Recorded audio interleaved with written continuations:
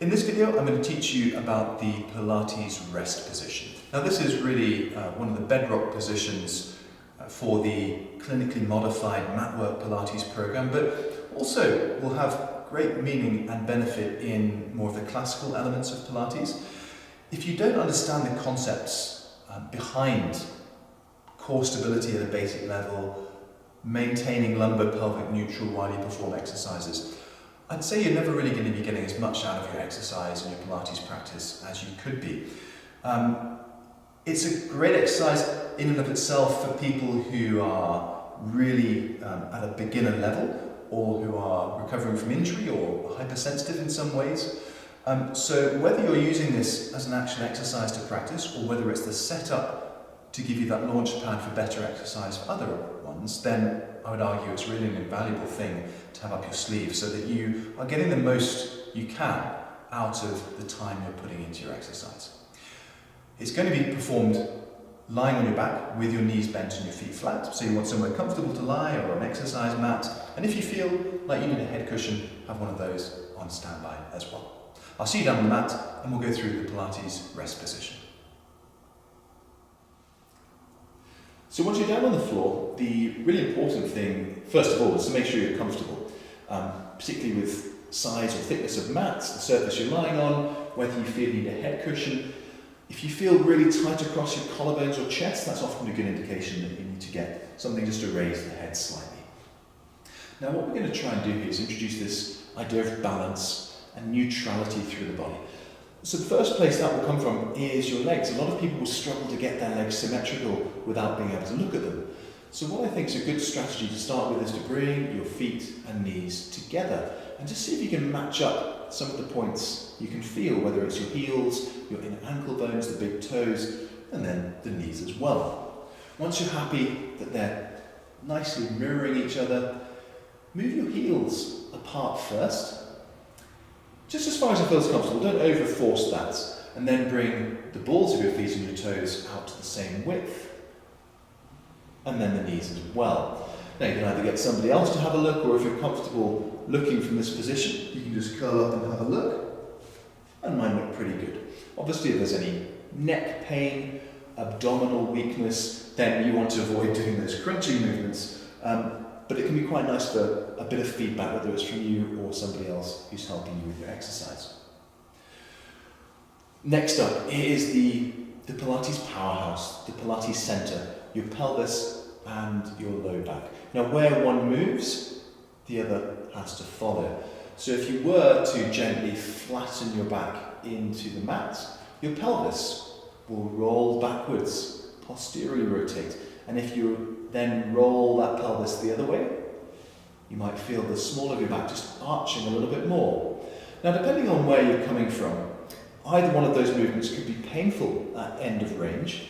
So it's a good idea just to practice gently rocking your pelvis one way and then the other, just to see what's comfortable for you. Now, I know that looks like a very simple movement, but if you have become sensitized in your back, or there's weakness following injury or perhaps pregnancy, then these muscles might not have much available. So it's good just to see that you can perform that movement and try and make it as smooth as you can. Now we don't want to overemphasize things. We don't want the head really being pulled all the way up the mat by overly arching. We don't want to be bringing the tailbone right up off the floor into a bridging movement, but you just want to have a feel where that pelvis can move to. Once you're happy that you've got this gentle oscillation where it needs to be, just start making the movement a little bit smaller and come to a balancing point by making each of those two movements smaller and smaller. Once you're there, you'll probably feel quite close to where you started, but your back certainly doesn't want to be flat into the floor. Before we think about the muscles involved around there, let's just finalize by having the shoulders and head in a relaxed position. Ideally, you have your arms down by your side, and you just want to feel like somebody's pressing your shoulder tips down towards the floor. A lot of us will be very tight in our chest and be rounded forwards, and the back part of the shoulder ideally should be somewhere near the mat. But don't force that, and if you start feeling like it's too tight or you're getting tingling or sensations coming into the arms, just relax and allow those shoulders to lift slightly. Last up, let's have those fingertips just stretching down the floor towards your toes, just so you feel a little bit of a stretch through those upper shoulder muscles. There's the basic setup, and then we can think about really complementing that with an engagement of those deep abdominal muscles. Now, there are loads of techniques which can be brought to the table here. Having just said to have the arms straight, I actually prefer teaching people this with the hands resting over the front of their pelvis. So the bony lump of your pelvis will be sitting underneath your knuckle pads, which allows your fingertips to lay over that deep abdominal kind of waistband area. And that's where we want these muscle activations happening. We don't want to be sucking our stomach up into our rib cage. So where your fingers are, feel that band of soft tissue underneath them, and that's where we're going to be focusing on for this first attempt at core muscle activation. When you're ready, take a little breath in, and as you breathe out, draw the soft tissue underneath your fingers down towards the floor. And then relax as you breathe in. Continue exhaling to gently activate the muscles which pull down away from the fingers, and inhale to relax. As you perform this, just about a 30% effort, so you're trying to just instigate this little gap between your fingertips and the stomach. Now, if you find that's not really working for you, instead of thinking about pulling the stomach down, try thinking about pulling the bones underneath your knuckle pads, the pelvis bones here, bringing them together. Sounds like a very strange thing to do, but as you breathe out, visualize those bones drawing your hands in, and you might feel that works better for you.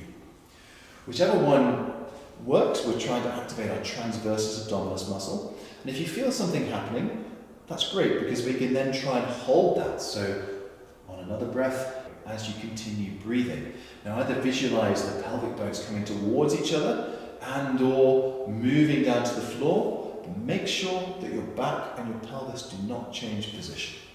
If you notice that you're getting a lot of movement in the upper rib cage, or there's bulging of these muscles or unwanted movement, just try and relax, start again, and really focus on the area underneath your fingertips. Now, it may be that you're not noticing much happening at all, in which case don't worry. Tell yourself that's what you want to happen, where you're contracting, and you just have to settle for that. It may be that you have to bring in a pelvic floor contraction as well. Now, anatomically, the pelvic floor contracts from back to front, and the patterns of contraction tend to be a little bit more in keeping with that direction. So you want to think about round the back first. Closing up the back passage, stopping yourself passing wind is the classic way to activate the posterior pelvic floor.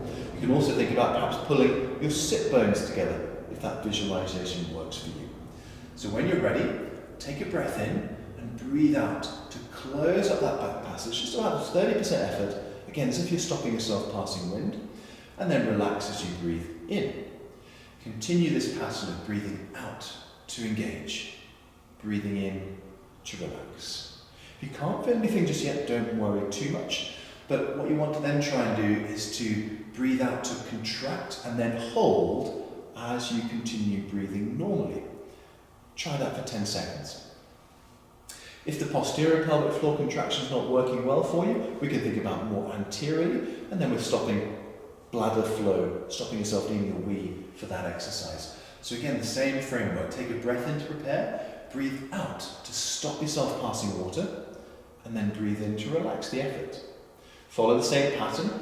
Practice exhaling to engage, inhaling to relax, and once that feels a little bit more natural, you can then try holding for 10 seconds.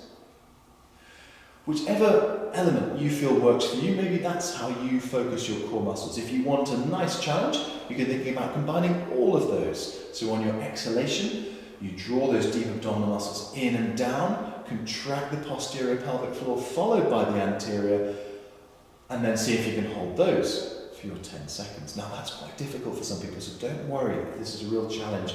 You feel like you've got steam coming out of your ears to start with, but just see if you can get that low 30% contraction, that tone of the muscles just switching on and holding there while you're breathing naturally and the shoulders are staying relaxed.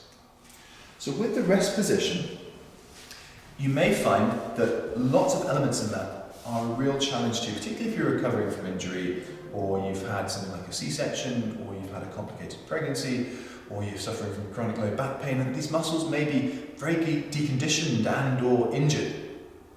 So if you're really new to this process, or these are things which you find very difficult, try practicing being able to hold those deep abdominal, pelvic floor, core muscles, however you want to phrase them, for about a minute at that 30% level while you're breathing naturally. That is a fantastic exercise if you're beginning this process. If all that's very simple for you, well, you've covered the basics of how to get your rest position ready for more mat work exercises. Final point, again, if these core muscles are things which have become very deconditioned or weak with you, use the sensation under your fingertips and what you're feeling from your mind to ascertain whether you're keeping that constant contraction going. If you feel like the muscles just relax and they become soft and squidgy, or you stop feeling it, you've probably exercised a little bit too far. So don't immediately try and go into a minute-long hold. Start off with that gentle activation where you're engaging them as you breathe out and relaxing them as you breathe in. Once that's doable, and you can do that for 10 or so repetitions, then practice the constant isometric hold. That means the muscles are contracting statically for a prolonged period. And when you can do that for a minute without any loss of the tone of the muscles or endurance of those muscles, and there's no discomfort, I'd say you're a really good base level to begin lots of your mat work exercises. If you have any discomfort or any questions, make sure you seek advice from your instructor.